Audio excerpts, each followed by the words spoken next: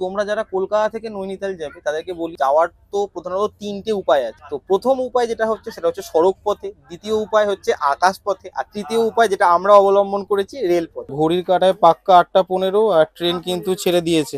Train এখন হাওড়া স্টেশনের 14 নম্বর platform ছেড়ে বেরোচ্ছে।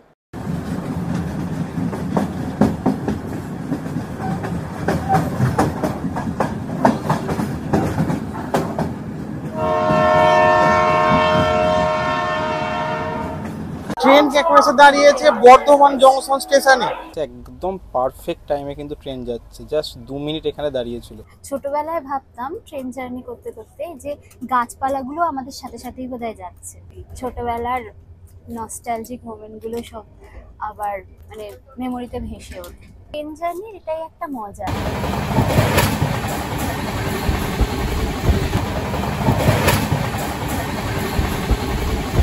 ট্রেন এখন এসে পৌঁছেছে পণ্ডিত দীনদয়াল উপাধ্যায় জংশনেতে। এটা কিন্তু বেশি পরিচিত মুঘলসরাই নামে। এই মুঘলসরাইয়ের বিরিয়ানি কিন্তু খুব বিখ্যাত।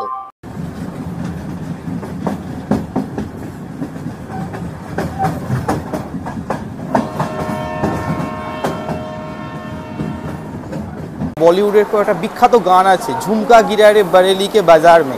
তাছাড়া বলিউডে একটি সিনেমাও আছে বরেলি কি বরফি নামে, খুব বিখ্যাত সিনেমা। তো এই হচ্ছে সেই বরেলি জাংশন।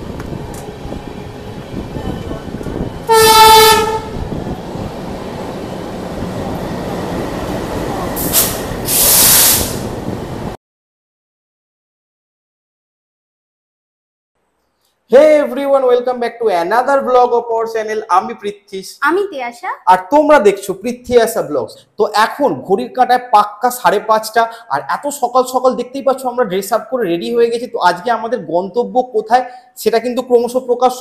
তো চলো ভিডিওটা স্টার্ট করা যাক এখান থেকে। আর এই জার্নিতে আমরা যেতে যেতে তোমাদেরকে বলি যে কোথায় আমাদের আজকে ডেস্টিনেশন।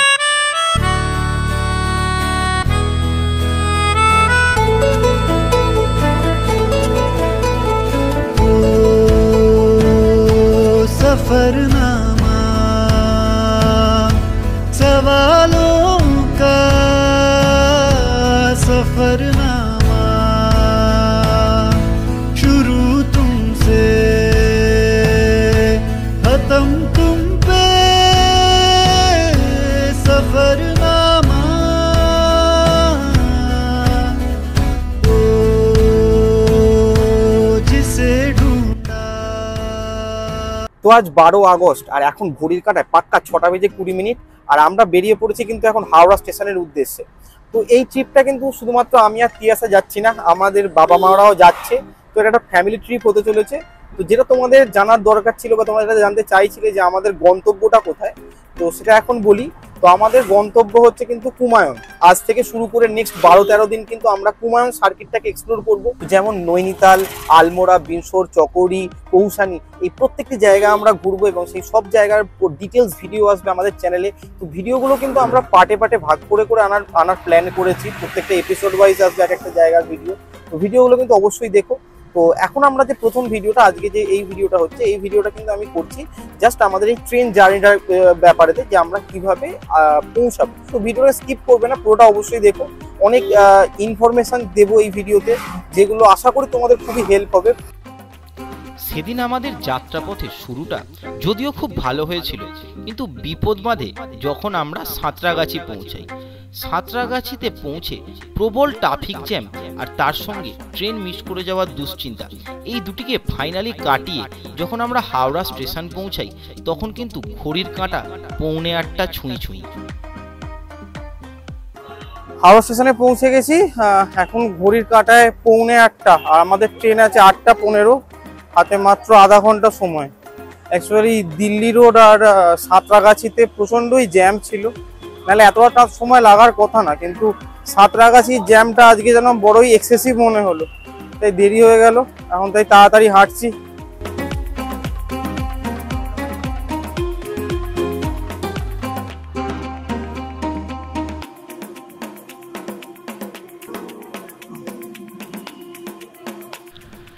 সেদিন আমাদের ট্রেন এসেছিল হাওড়া স্টেশনের ওল্ড কমপ্লেক্সের 14 নম্বর প্ল্যাটফর্মে। ট্রেন কিন্তু একটু লেট করায় স্টেশনে যখন আমরা পৌঁছাই গিয়ে দেখি গোটা স্টেশন কিন্তু ভিড়ে পরিপূর্ণ। তো আমরা আজকে জার্নি করছি হাওড়া লালকুয়া সুপারফাস্ট এক্সপ্রেসে। তো এটা কিন্তু অনলি শুক্রবার যায়, আর ট্রেনটা দিয়েছে হচ্ছে 14 নম্বর প্ল্যাটফর্ম থেকে। তো এটা কিন্তু ওল্ড কমপ্লেক্সের একদম শেষ প্ল্যাটফর্ম, আর প্ল্যাটফর্মটা রিনোভেশন চলছে। আর ট্রেনটা ঢুকে হচ্ছে খুবই লেটেতে, মানে 8:15 টাইম, আর ট্রেনটা স্টেশনে ঢুকেছে 8:05-তে। তো সেজন্য খুবই একটা ক্যাওস একটা সিচুয়েশন সৃষ্টি হয়েছিল। তো এই ফোন তো জাস্ট আমাদের আসতেই গালঘাম বেরিয়ে গেছে। তো এখন ঘড়ির কাঁটায় কিন্তু 8:12, 8:15 ট্রেন কিন্তু ছেড়ে দেবে। ট্রেন অলরেডি ফুল হয়ে গেছে। আমরা উঠেছি এটাতে B1 কম্পার্টমেন্টে। তো চলো ভেতরে যাওয়া যাক।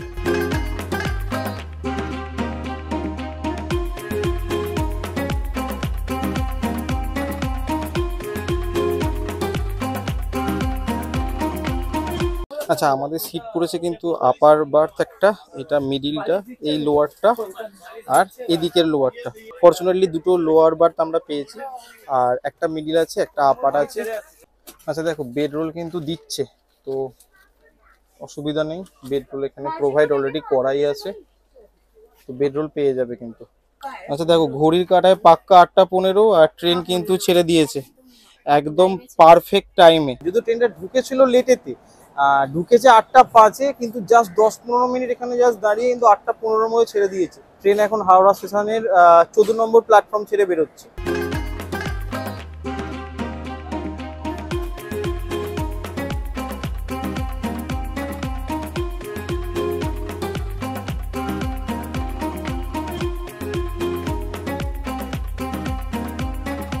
আচ্ছা, ট্রেন কিন্তু ছেড়ে এখন হাওড়া কাটসেট ক্রস করেছে।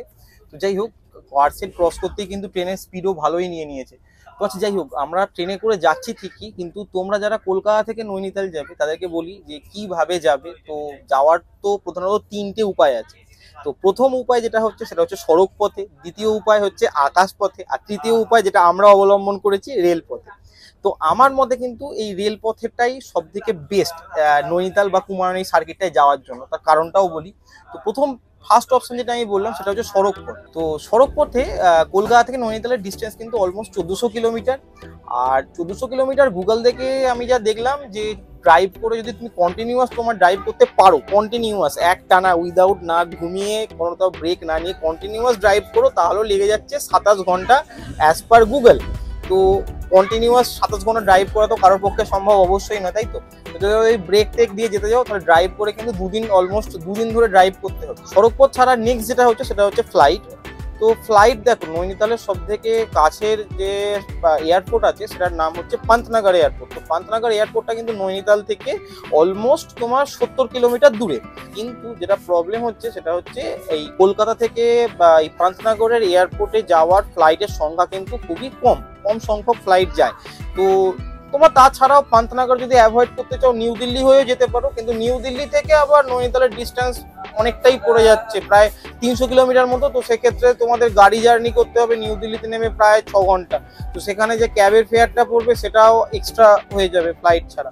তো এই দুটো অপশন যদি আমরা বাদ দিই, তো যেটা পড়ে থাকছে আমাদের মতে মধ্যবিত্তদের বেস্ট অপশন সেটা হচ্ছে ট্রেন জার্নি।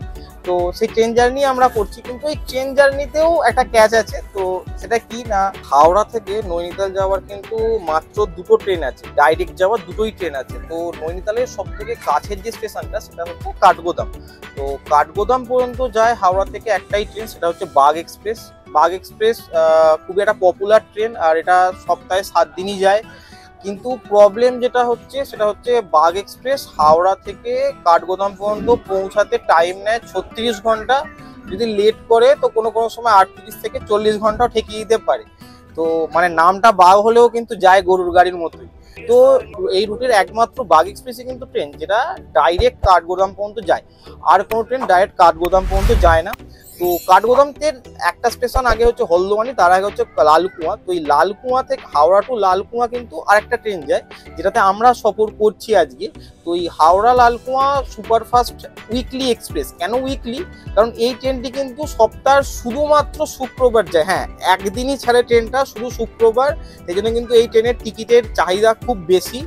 আর তাছাড়াও এই ট্রেনের যেটা বেস্ট অ্যাডভান্টেজ, এই ট্রেনটা কিন্তু এখান থেকে মানে হাওড়া থেকে লালকুয়া পৌঁছে দেয় ঘন্টারও কম সময়, মাত্র 23 ঘন্টায়। মানে বাগ এক্সপ্রেস যে ডিস্টেন্সটা কভার করতে টাইম দিচ্ছে অলমোস্ট 36 ঘন্টা থেকে 40 ঘন্টা, এই ট্রেনটা মাত্র 23 ঘন্টাতে পৌঁছে দিচ্ছে। তার কারণও আছে, তার কারণ হচ্ছে এই ট্রেনটার ইন্টারমিডিয়েট স্টপ, মানে হাওড়া আর লালকুয়ার মাঝে মাত্র 16খানা স্টপেজ দেয়। তো এই কারণেই এইটা কিন্তু এই লালকুয়া উইকলি সুপারফাস্ট এক্সপ্রেসটা কিন্তু নৈনিতাল যাওয়ার জন্য বেস্ট চয়েস হওয়া উচিত তোমাদের। তো তোমাদেরকে লালকুয়া এক্সপ্রেসের ফেয়ারটা বলে দিই। এখানে 2 টায়ার এসির 2225, 3 টায়ার এসির 1560 আর স্লিপারের 595। তো আমরা 3 টায়ার এসি কম্পার্টমেন্টে উঠেছি। তো কম্পার্টমেন্টটা বেশ নতুন আর বেশ পরিষ্কার পরিচ্ছন্ন।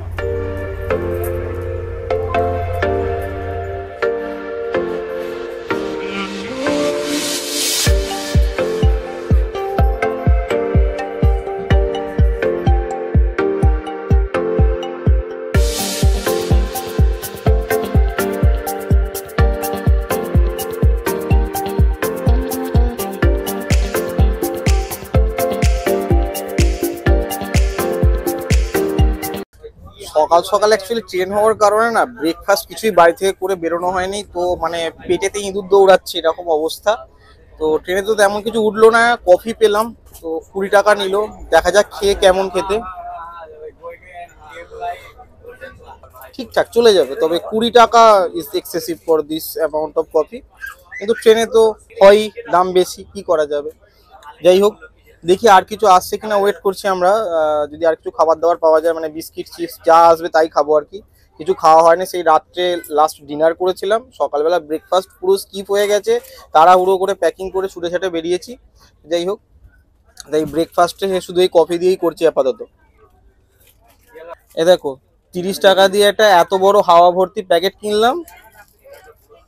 ওমা, তার ভেতর কয়েকটা চিপসও আছে, আশ্চর্য কাণ্ড।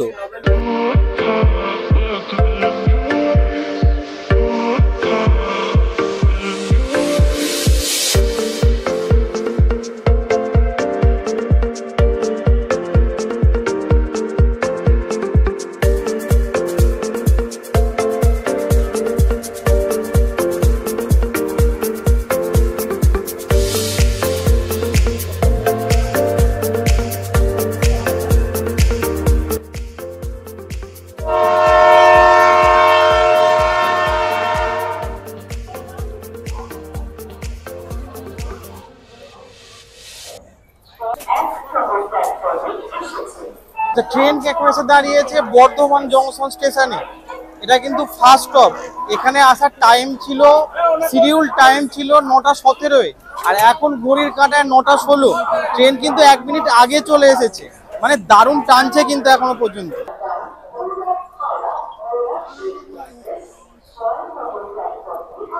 বহুকাল পরে এই বর্ধমান জংশন স্টেশনে এলাম। একসময় কিন্তু এটা আমার ভাতঘর ছিল, কারণ আমার কলেজ লাইফ কেটেছে এই বর্ধমানেতে। আমি বারডোয়ান ইউনিভার্সিটির স্টুডেন্ট আর জুলজি অনার্সের স্টুডেন্ট ছিলাম। তো এখানেই আমার সমস্ত টিচার, সমস্ত কিছু কলেজ সব এখানেই ছিল। তো বহুদিন পরে এই স্টেশনে এসে বেশ নস্টালজিক লাগছে। বর্ধমান কিন্তু বিখ্যাত, বর্ধমানের সীতাভোগ মিহিদানা এইগুলোর জন্যই সবাই তোমরা জানো। কিন্তু আমি একটা আমার পার্সোনাল এক্সপিরিয়েন্স থেকে সাজেশন দেবো যে এই স্টেশনে যে এইরকম ঠেলা গাড়িতে যারা বিক্রি করে এগুলো কিন্তু অ্যাভয়েড করার চেষ্টা করো। আমি পার্সোনাল এক্সপিরিয়েন্স থেকে বলছি, আমি তো এখানেতে 3 বছর অলমোস্ট রেগুলার বেসিসে আসা যাওয়া করতাম, তো অনেক কিছুই দেখতাম। মানে খুবই আনহাইজেনিক ভাবে এরা রাখে খাবারগুলো, আর আদৌ এদের টেস্ট কিন্তু ভালো হয় না। তো বর্ধমানের বিখ্যাত সীতাভোগ মিহিদানা খেতে গেলে বর্ধমান স্টেশন থেকে বাইরে যাবে, একটু বাইরে গিয়ে বাস স্ট্যান্ডের পাশে অনেক দোকান আছে, কিছু পুরনো দোকান আছে, ওইসব জায়গাগুলো থেকে মিহিদানা সীতাভোগ ট্রাই করো, খুব ভালো লাগবে। কিন্তু স্টেশনের ওপর থেকে নয়, এটা আমার একটা পার্সোনাল সাজেশন রইল।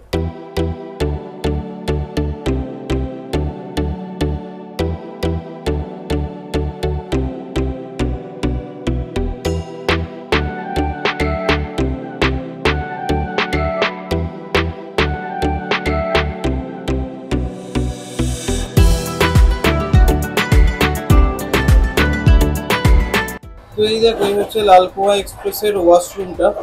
তো ওয়াশরুমটা কিন্তু বেশ অপরিচ্ছন্ন। একটা জিনিস দেখাচ্ছি, দেখো, এখনই এরকম ভাবে জল জমে গেছে বাইরেতে, মানে ট্রেনটা ছেড়ে জাস্ট হাওড়া থেকে বর্ধমান স্টেশন ক্রস করেছে ফার্স্ট অফিস দিয়ে, তার মধ্যেই কিন্তু বাথরুমের বেহাল অবস্থা, মাকড়সার জাল, টপ টপ করে উপর থেকে জল পড়ছে। এখানে একটা বেসিন আছে, হ্যান্ড ওয়াশ আছে, কিন্তু আমি এটাকে দেখলাম এর ভেতরে কোনো হ্যান্ড ওয়াশ নেই, দেওয়া নেই। একটা কমোড আছে, কমোডের ব্যবস্থা আছে, কিন্তু কমোডটাও বড়ই অপরিষ্কার।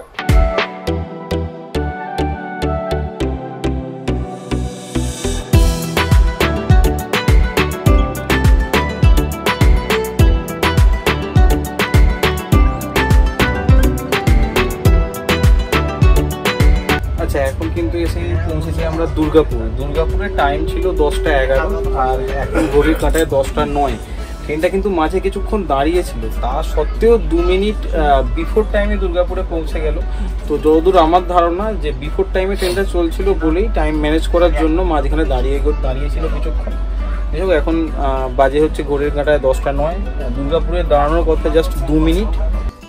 আচ্ছা, ট্রেন কেউ দুর্গাপুর থেকে ছেড়ে দিয়েছে 10:13-এ, 10:13-তেই টাইম ছিল, 11-এ ঢুকেছে, 10:13-এ ছেড়ে দিয়েছে। একদম পারফেক্ট টাইমে কিন্তু ট্রেন যাচ্ছে, জাস্ট 2 মিনিট এখানে দাঁড়িয়েছিল।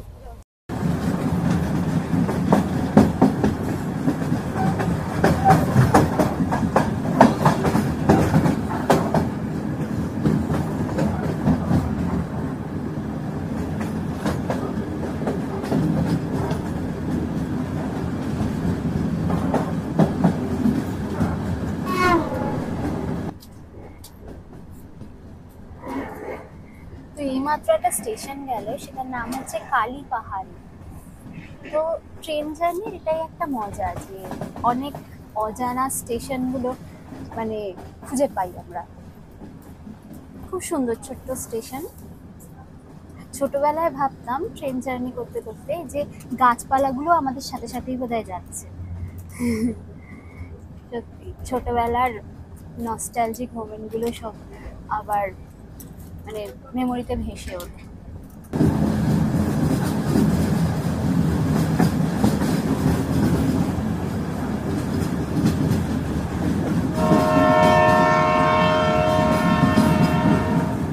ট্রেন এখন এসে দাঁড়িয়েছে আসানসোল জাংশনে। ঘড়ির কাঁটায় কিন্তু এখন 10:48, আর এই আসানসোল জাংশনেতে ট্রেনের আসার টাইম ছিল কিন্তু 10:43। তাহলে ট্রেন এখন অলমোস্ট 5 মিনিট লেটে চলছে, তো যেটা খুবই মিনিমাল। আশা করি নেক্সট স্টেশনের মধ্যেতে ট্রেনটা রিকভার করে দেবে টাইমটা। আসানসোলে কিন্তু এই লালকুয়া প্যাসেঞ্জার 5 মিনিট দাঁড়ায়। এর আগে যতগুলো স্টপেজে দাঁড়িয়েছে, যেমন দুর্গাপুর হোক বা বর্ধমান হোক, প্রত্যেকটায় কিন্তু 2 মিনিট করে টাইম ছিল। আসানসোলে লিখিত টাইম 5 মিনিট। দেখা যাক কতক্ষণ দাঁড়ায়।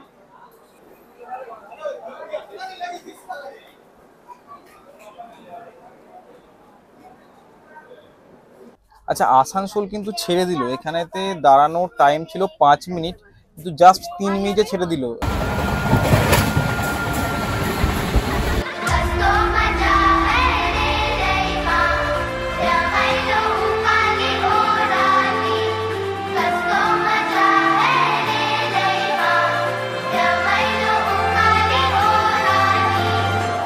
ये हवाएं गुनगुनाए पूछे तू है कहाँ, तू है फूलों में कलियों में या मेरे ख्वाबों की गलियों में।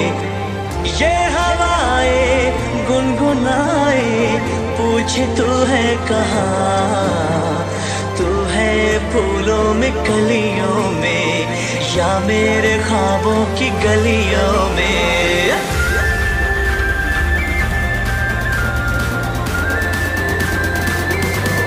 ট্রেন এসে এখন পৌঁছেছে ঝাড়খণ্ডের ধানবাদ জংশন স্টেশনে। এখানে আসার শিডিউল টাইম ছিল 11:55, কিন্তু এখন বাজে 11:50। 5 মিনিট বিফোর টাইমেই কিন্তু ট্রেন পৌঁছে গেছে ধানবাদ জংশন স্টেশনেতে।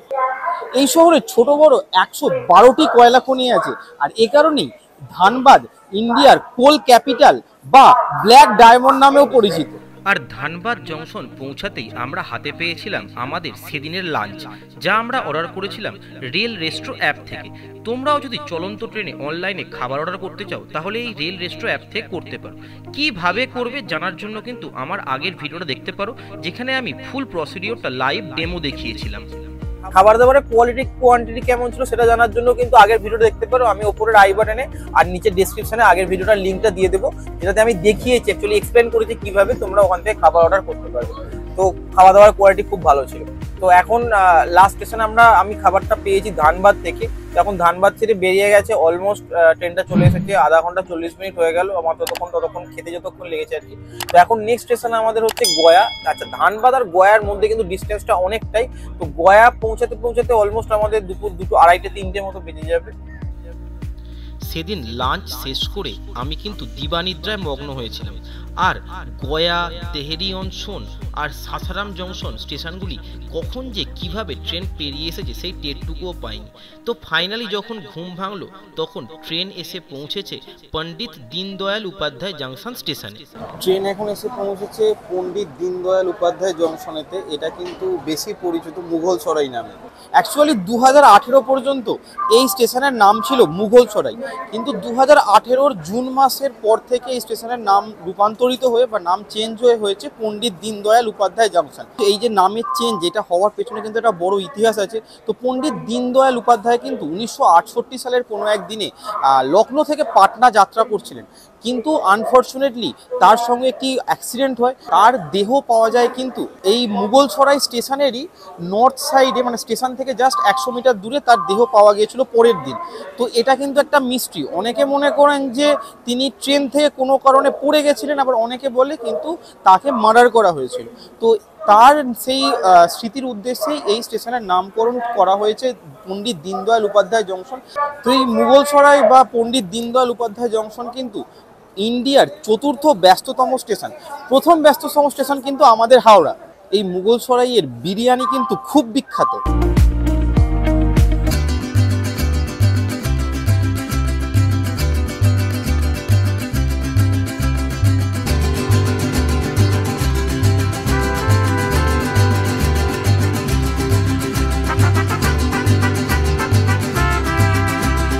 স্টেশন ছাড়ার সময় এই চাটা এলো, 10 টাকা করে নিল, IRCTC লেখা কাপেই দিয়েছে।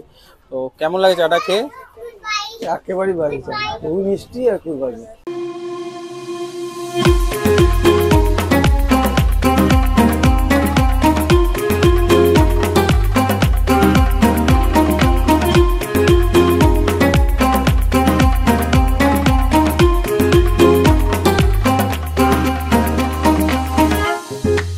ঘড়িতে এখন পাক্কা 7টা 5 আর ট্রেন ঢুকেছে বারাণসী জংশন স্টেশনে। এখানে আসার টাইম কিন্তু ছিল 7টায়, তো 5 মিনিট লেট করে দিল। লেটটা কিন্তু এই জাস্ট বেনারসে ঢোকার কিছুক্ষণ আগে কাশিতে হয়েছে, কারণ কাশিতে ট্রেনটা প্রায় 20 থেকে 25 মিনিট দাঁড় করিয়ে রেখেছিল।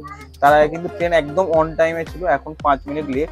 আশা করছি নেক্সট স্টপেজে যেতে যেতে এই 5 মিনিটটাকে মেকআপ করে দেবে, কারণ ট্রেনটা খুব ভালো টানছে।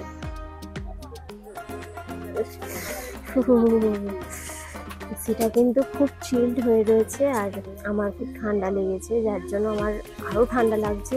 আর যাতে আরও ঠান্ডা না লাগে তার জন্য আমি এই একদম চাপা চুপি দিয়ে বসেছি। स्पाइडरमैन स्पाइडरमैन तूने चुराया मेरे दिल का चैन, स्पाइडरमैन स्पाइडरमैन तूने चुराया मेरे दिल का चैन, देख के तेरे करतब यारा मैं तो बन गई तेरी फैन, स्पाइडरमैन स्पाइडरमैन तूने चुराया मेरा दिल का चैन ओ ओ। আচ্ছা, তো রাতের খাবারটা কিন্তু আমরা অনলাইনে অর্ডার করিনি। দুপুরের খাবারটা আমরা রেল রেস্ট্রো থেকে অনলাইনে অর্ডার করেছিলাম। তো ভাবলাম যে একবার ট্রেনে যে লোকাল ভেন্ডররা যারা বিক্রি করতে আসে, মানে ট্রেনের যারা IRCTC থেকে বিক্রি করতে আসে, এদের থেকে নিয়ে একবার দেখি তো কেমন খেতে। তো আমরা নিয়েছি, একটাই নিয়েছি, আমরা দুজনে শেয়ার করে খেয়ে নেব।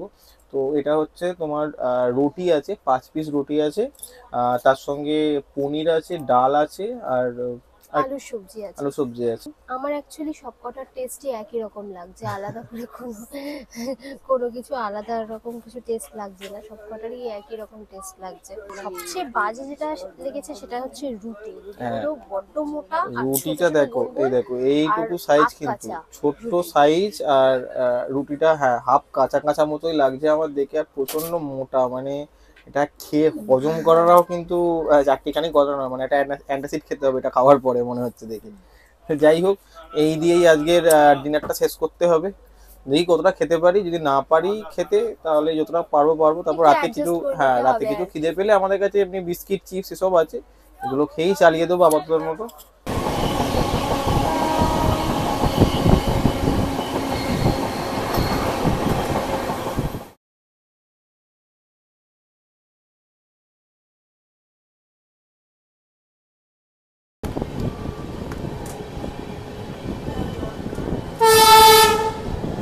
সবাইকে সুপ্রভাত। এখন ঘড়ির কাঁটায় পাক্কা 5টা, আর ট্রেন এসে পৌঁছেছে বারেলি জংশন স্টেশনে। এই হচ্ছে সেই বিখ্যাত বারেলি জংশন, যেখানের যে নামেতে বলিউডের একটা বিখ্যাত গান আছে, ঝুমকা গিরারে বারেলি কে বাজার মে। তাছাড়া বলিউডের একটি সিনেমাও আছে বারেলি কি বরফি নামে, খুব বিখ্যাত সিনেমা। তো এই হচ্ছে সেই বারেলি জংশন। তো এখন আমরা এসে পৌঁছেছি বারেলিতে, যদিও ট্রেন কিন্তু মিনিট 20 লেটে চলছে। এখানে আসার কথা ছিল 4:37-এ, আর এখন ঘড়ির কাঁটায় বাজে হচ্ছে পাক্কা 5টা। তো ট্রেন এখানে দাঁড়াবে 8 মিনিট মতো।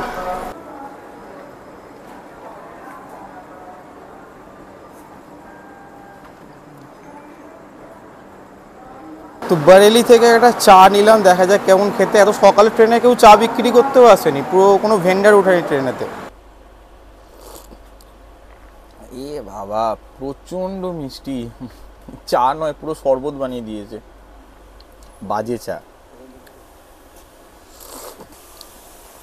বাবা, এ খাওয়া যাবে না, এই খাওয়ার মতো নয়। ট্রেন কিন্তু জাস্ট বারেলি স্টেশন ছাড়লো।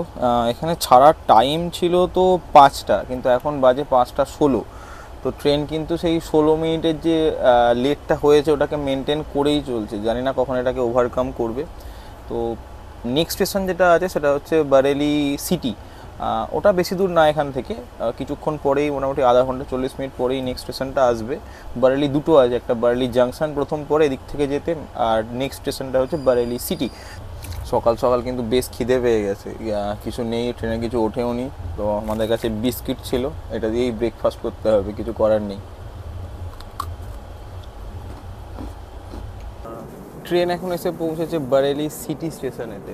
খুবই ছোট স্টেশনটার, অনেকটা নিচু, মানে ট্রেন থেকে অনেকটাই নিচু স্টেশনটা। ওঠানামা কিন্তু এখানে খুব টাফ। ট্রেন ছেড়ে দিচ্ছে ট্রেন।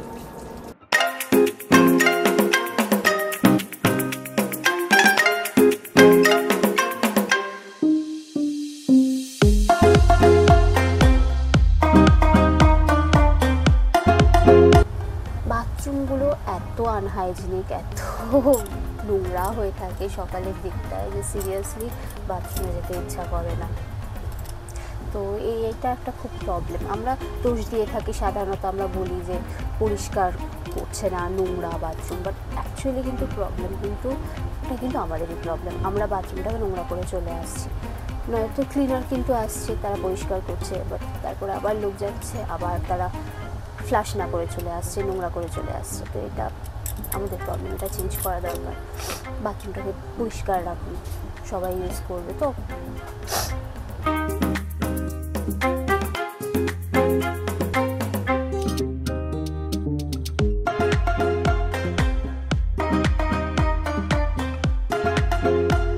তো আমরা এখন আছি ইজ্জতনগরে। তো এরপরের স্টপটা হচ্ছে কিচ্চা, আর তারপরেই আমরা পৌঁছে যাবো আমাদের ডেস্টিনেশনে লালকুয়া।